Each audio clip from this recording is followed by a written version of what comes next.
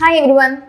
Wait పెరుగుతున్నారు అని అంటే చాలా మంది రీజన్స్ చెప్పేవి థైరాయిడ్ ఉందండి, పీసీఓడి ఉంది, లేదంటే మేము డయాబెటిక్లో ఉన్నాము, లేకపోతే బీపీ ఉంది, డిఫరెంట్ కైండ్స్ ఆఫ్ మెడిసిన్స్ ఏవో యూజ్ చేస్తున్నాము, స్లీప్ తక్కువ ఉంది, ఇలాంటి రీజన్స్ కామన్గా చెప్తూ ఉంటారు.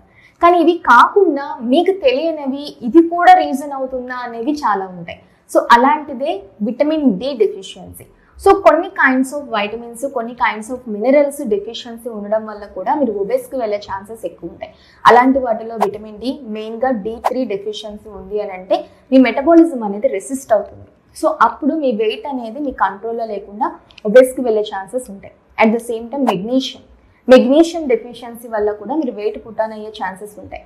అండ్ జింక్, ఐరన్ ఇలాంటి కొన్ని కైండ్స్ ఆఫ్ మినరల్స్ వల్ల కూడా మీరు వెయిట్ పుట్టాన్ అయ్యే ఛాన్సెస్ ఉంటాయి. సో దీని గురించి డీటెయిల్గా నేను వీడియో చేయడం జరిగింది. సో అది కామెంట్ బాక్స్లో ఉంటుంది, go and check the video.